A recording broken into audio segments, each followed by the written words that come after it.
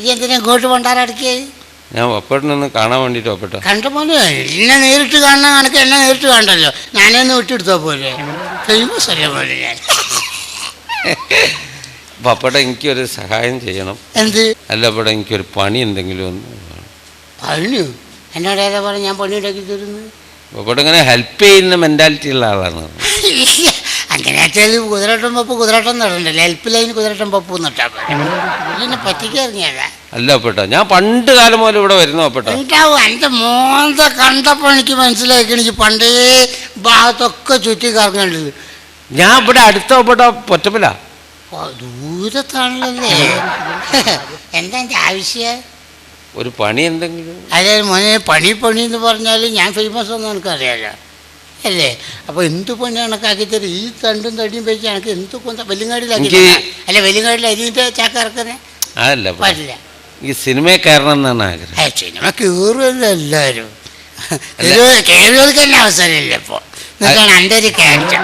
എല്ലാ എൻ്റെ ഫ്രണ്ട്സൊക്കെ പറയുന്നത് ഞാൻ സിനിമയിൽ കയറിയാൽ ഭയങ്കര ഇതാവുന്നത്. അന്നെ നശിപ്പിക്കുന്ന എല്ലാവരും പറയും അന്നെ മൊയന്താക്കി വിടാൻ വേണ്ടി അതിൽ കയറിയാൽ മതി, പിന്നെ ഓർക്ക് ഉദരം ഉണ്ടാവില്ല. അല്ല അപ്പോൾ അങ്ങനെയല്ല, ആത്മാർത്ഥ കീപ്പ് ചെയ്യുന്ന ആളാ. അല്ല സ്നേഹിതന്മാർ, അങ്ങനത്തെ സ്നേഹിതന്മാരാ പറഞ്ഞു. അങ്ങനെ ഞാൻ ബോംബെക്ക് പോയി. ഈ മൊയന്തൊന്നല്ലേ? അല്ല മോനെ, ഈ ബോംബെയിൽ എങ്ങനെ പോയി? ബോംബെയിലുള്ള വലിയൊരു കഥയോ പെട്ട. എപ്പോഴും എനിക്ക് കഥയാ. അല്ല പെട്ട ഇതെന്താ അറിയോ, ഇങ്ങനെ ഞാൻ വെറുതെ ഇറക്കുന്നത് കണ്ടപ്പോൾ എന്നോട് പറഞ്ഞു, എന്നാൽ പിന്നെ നിങ്ങൾ ഇവിടെ ഇങ്ങനെ തിരിയണ്ട. അതിൻ്റെ വൈഫിൻ്റെ അനിയത്തി. വൈഫില്ല? വൈഫുണ്ട്. അല്ലൂടെ ഇപ്പൊ എന്ത് ക്യാരക്ടറാ? അല്ല മൂപ്പത്തിയാണ് എല്ലാം. വൈഫുണ്ട്, വൈഫിൻ്റെ അനിയത്തി. വൈഫിൻ്റെ അനിയത്തി ഒരു ഹെൽപ്ഫുള്ളാണ്. ഹെൽപ്ഫുൾ.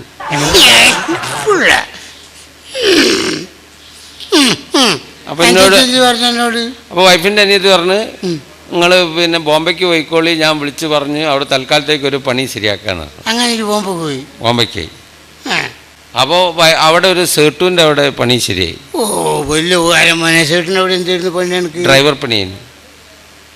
അല്ല ജീനെ കയറ്റുക എന്നോട് ഒരു ജോലിയില്ല, മറ്റില്ല, അതില്ല. ഞാൻ ബോംബെ പോയി കിടന്ന് പറഞ്ഞു വന്ന് ഇപ്പോൾ പറഞ്ഞു ഡ്രൈവിങ് വരുമെന്ന്. എനിക്ക് നേരത്തെ പറഞ്ഞ് എൻ്റെ ഡ്രൈവർ ആയിക്കോളൂ. ലൈസൻസ് ഇല്ല പെട്ടോ എനിക്ക്. ലൈസൻസ് എനിക്കും ഇല്ലല്ലോ. അപ്പോൾ വൈഫിൻ്റെ അനിയത്തി പറഞ്ഞു സേട്ടുവിൻ്റെ അവിടെ. സേട്ടുവിൻ്റെ വൈഫിൻ്റെ അനിയത്തിക്ക് പരിചയമില്ല. മൊയ്തീൻക്ക് ഒരിക്കലും പൊന്നാനും പോയി.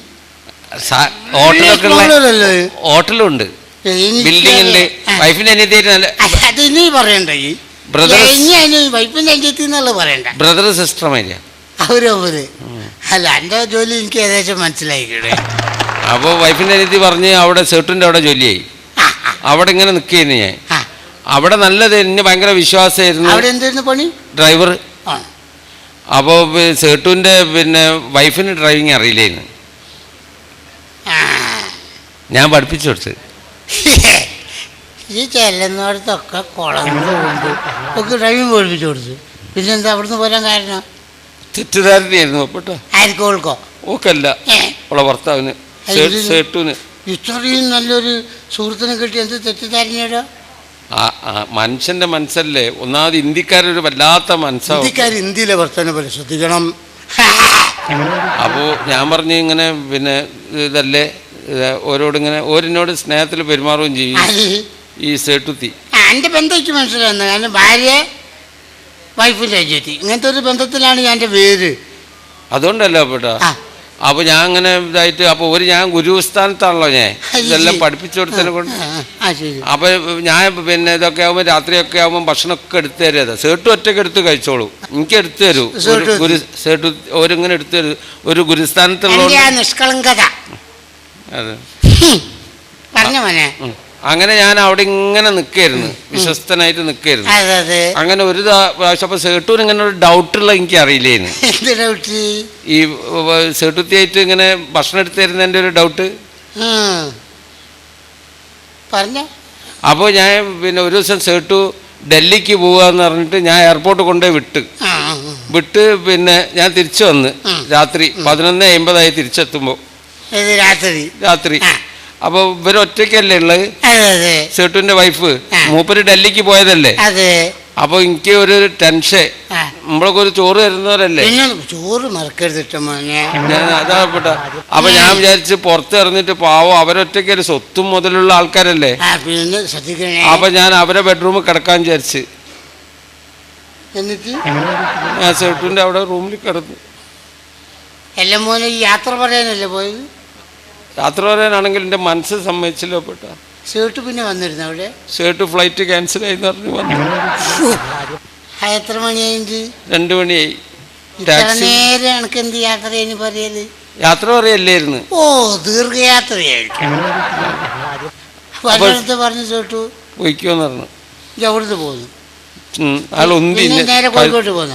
കോഴിക്കോട്ടേക്ക് വന്നില്ല, ഗോവയ്ക്ക് പോയി. ഈ എവിടെയൊക്കെയാണോ സഞ്ചരിക്കുന്നത്? ബോംബെന്ന് പോയി ഗോവയിലേക്ക്. ഗോവയിലെ കാര്യം കൊണ്ട് തന്നെ വൈഫിന്റെ അനിയത്തി വിളിച്ചു. ഓള് നല്ല എസ്റ്റീഡ് ബൂത്താണല്ലോ അല്ലേ? നല്ല എല്ലാ കണക്ഷനാവും. ഇന്റർനെറ്റാണ് ശ്രദ്ധിക്കണേ. അപ്പൊ ഓള് നേരെ ഗോവയിലേക്ക് വരാൻ പറഞ്ഞു. ഇത് എവിടെ ചെന്നു? ഗോവയിൽ ചെന്ന് ഉസ്മാൻ ഖാന്റെ ഒരു പെങ്ങളെ മോണ്ടായിരുന്നു റൌഫ്.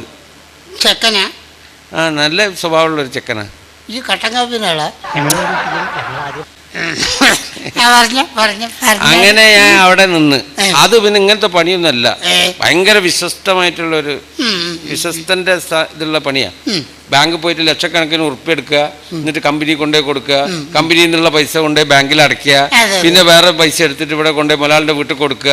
അങ്ങനെയായിരുന്നു. അങ്ങനെ ഞാൻ അവിടെ ഭയങ്കര ഇതായിട്ട് നിൽക്കായിരുന്നു. ആയിക്കോട്ടെ. പിന്നെ അവിടുന്ന് എന്തിനാ പോന്ന്? അതൊരു വലിയ കഥയാവപ്പെട്ട. എനിക്ക് എപ്പോഴും നീണ്ട കാര്യമാണ്. അപ്പൊ ഞാൻ അവിടുന്ന് ഒരു ദിവസം ബാങ്കിൽ നിന്ന് പൈസ എടുത്ത് ഒരു 30 ലക്ഷം ഉറുപ്പ്യ. 30 ലക്ഷം എൻ്റെ അടുത്ത് എപ്പോഴും ഉണ്ടാവും. 25 ലക്ഷം, 30 ലക്ഷം, 40 ലക്ഷം. പൈസ ഉണ്ടെങ്കിൽ ഇട്ടൂടെ. എനിക്ക് എന്താ പറഞ്ഞ ആരാൻ്റെ പൈസയല്ലേ ഇട്ടോ. അങ്ങനെ പൈസ എടുത്ത് വരുമ്പോ ഹർത്താല്. 30 ലക്ഷം ഇട്ട് വരുമ്പോ എന്നിട്ട് അപ്പം കമ്പനിയൊക്കെ പൂട്ടി. അപ്പൊ ഞാൻ വൈഫിന്റെ അനിയത്തിനെ വിളിച്ചു. അല്ല ഓള് അവിടെ തന്നെ പൂത്ത് നടത്താനല്ല, ഇങ്ങനെ വിളിച്ചാൽ എടുക്കാൻ. അപ്പോ ഞാൻ എന്താ ഏട്ടാന്ന് ചോദിച്ചു എന്നോട്. അപ്പൊ ഞാൻ പറഞ്ഞു മോളെ ഇങ്ങനെയാണ് ഏട്ടൻ കുടുങ്ങി നിൽക്കുകയാണ്, ഇങ്ങനെ പൈസ ആയിട്ടൊരു കയ്യിലുണ്ട് എന്ന് പറഞ്ഞു. അപ്പൊ എന്നോട് പറഞ്ഞു അങ്ങനെ ആരാന്റെ പൈസയല്ലേ, അതുമായിട്ട് അവിടെ ഇവിടെ ഒന്നും തിരിഞ്ഞു കളിക്കണ്ട, നിങ്ങൾ ഇങ്ങോട്ട് പോരിയിരുന്നു. എങ്ങോട്ട് പോയി? കോഴിക്കോട്ടേക്ക്. എല്ലാവരും മൊയന്റെ 30 ലക്ഷമായിട്ട് ഇങ്ങോട്ട് വന്നിട്ട് ആ പൈസ വിടറോ? പൈസ ഞാൻ ഓളടുത്ത് തന്നെ അപ്പൊ തന്നെ വന്ന ഉടനെ ഏൽപ്പിച്ചു. ഓ എൻ്റെ പണ്ടാര പഹയ.